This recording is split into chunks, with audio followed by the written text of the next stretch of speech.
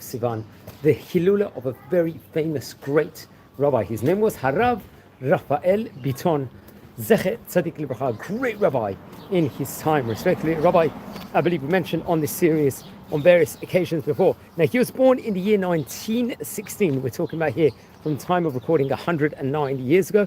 And he passed away in the year 2001, to be precise.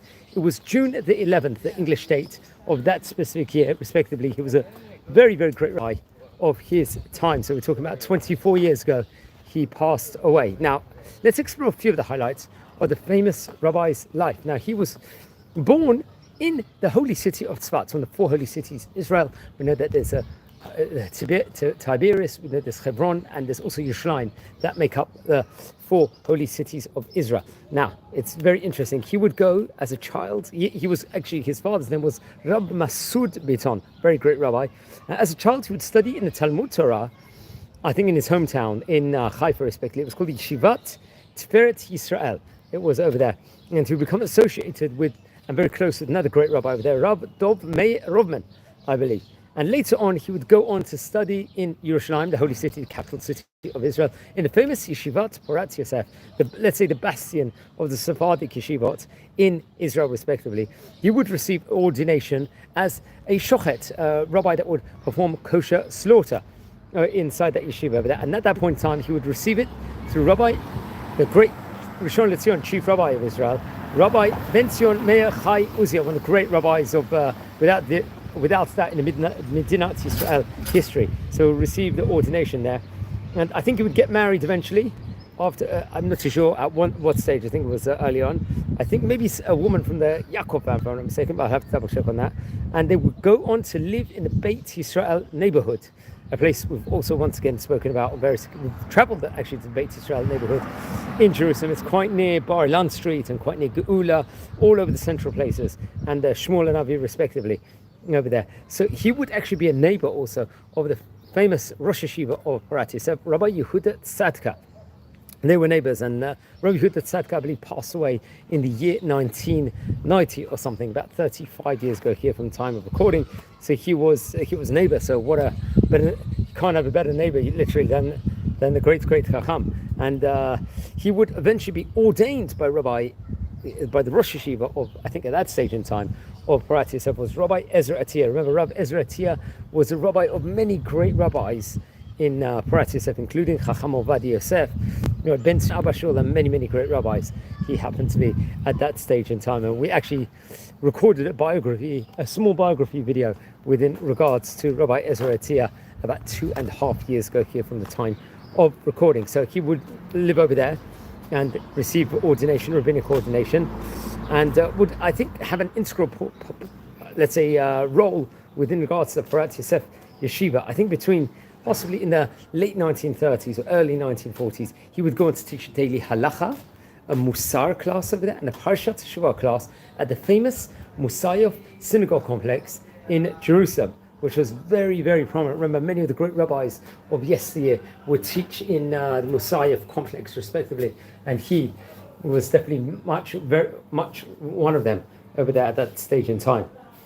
And he would actually take the place of Rabbi Rafael Bitton, another great rabbi of his time, and I think he would go on to found a class in Tiberias, respectively.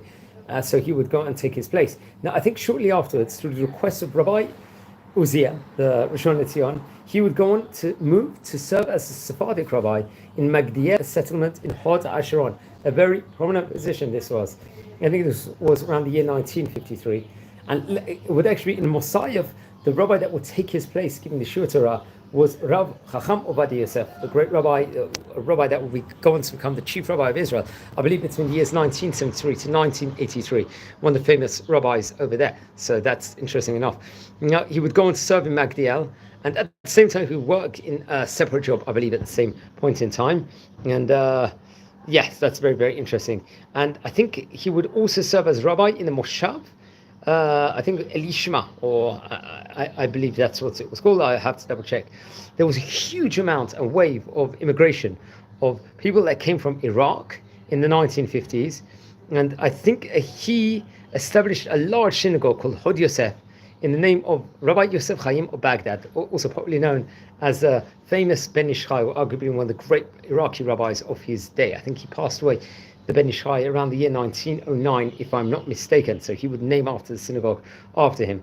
Now, I think the communities in Ramat HaSharon and Migdiel were united, I think, come 1964, into one big unit, let's say an urban unit. So Rabbi Bitton was then appointed the Rabbi of Hod HaSharon and would hold this position for nearly a staggering 40 years until he passed away on the 20th of Sivan in the year 2001. So it's a very, very long tenure as the head rabbi over there, very prominent position also at the same time, which we must point out. Now, he left over some great Torah colossal works, I think including the Imre Ish. Now, the Imre Ish was, let's say, conclusions on various different tractates in Talmud, I think, and in the Jerusalem Talmud. Now, this book will be divided up into 3 separate volumes, this Torah colossal work.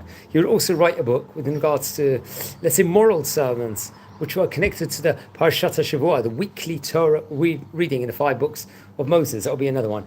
And another book would comprise of sermons for bar mitzvahs and the poems and piyutim, which he would, I believe, write for various different celebrations over there. So he was a great rabbi of his time. You know, Hod HaSharon for 40 years was a very preeminent position. He was one of the famous rabbis of Yeshivat Porat Yosef. Remember, we've spoken about Porat Yosef Yeshiva here on the series. We actually did a video on the history of Porat Yosef Yeshiva, and we visited the yeshiva itself. In his era over there was many, many great rabbis learning there. So the amount of fountain of wisdom he would have developed at that point in time would have been definitely second to none. He was close not just to many Sefardī Rabbanim, he was also close to many Ashkenazi Rabbanim also. So he had a breadth of great Chachamim that really he could, let's just say, really model after, and at the same time really help at the same time. So that was the greatness of the famous rabbi. It's his Hilula here on the 20th of Sivan. Don't forget to light candles in his memory. Now, friends, we're a community. We are learning about the great rabbis of yesteryear. We've already covered on this series more than 1,000 biography videos of famous rabbis of yesteryear. So I would recommend everyone to watch over. If you descend from any of the great Chachamim we're speaking about, please let me know. I would love to hear more information about them. And if you feel anyone's interested in watching these videos, please share these videos to other people. Now, as a special Shabbat treat, while we're here, I'll just show you some just street scenes. I'm just in the city of Elad at the moment, just going for a walk at the moment. So it's always good to check out some scenes here in the street. It's in the city of Elad, friends. Happens to be a very sunny afternoon as we're about to come out into Parshat Beha'alotecha this week. Very interesting enough. So we actually, speaking on the topic, we had a lot of miracles today. I think Iran sent over 100 drones to Israel, but thank God Hashem performed miracles and protect us, but by no means we're out of the woods. We need to pray for total safety for Israel, increase the amount of Tehillim we're saying, increase the amount of Torah and kindness that we're doing at the moment for Am Yisrael, bring about a lot of Avat Chinam. And it is obviously the Shabbat is, the rabbis have warned against, just crowding into too many places, and just to be sensible and to be careful at the moment. And, just basically to watch what we are all doing and where we're going, because it's a dangerous time. But they do also stress, the great rabbis, how important it is to increase our tefillot, our supplications, this Shabbat, all the tefillot that we can do to Tehillim, and the job that we can do at the same time is to tell everyone else to also pray to Hashem, to also do a lot of tefillot, so on and so forth. So it's very, very interesting. And wishing all a Shabbat Shalom. We're coming into Parshat Beha'alotecha, so please subscribe to the channel. We're nearly on 1,000 subscribers, and Be'ezrat Hashem, we're going to see loads of good things for Am Yisrael and brachot. So a Shabbat Shalom to all.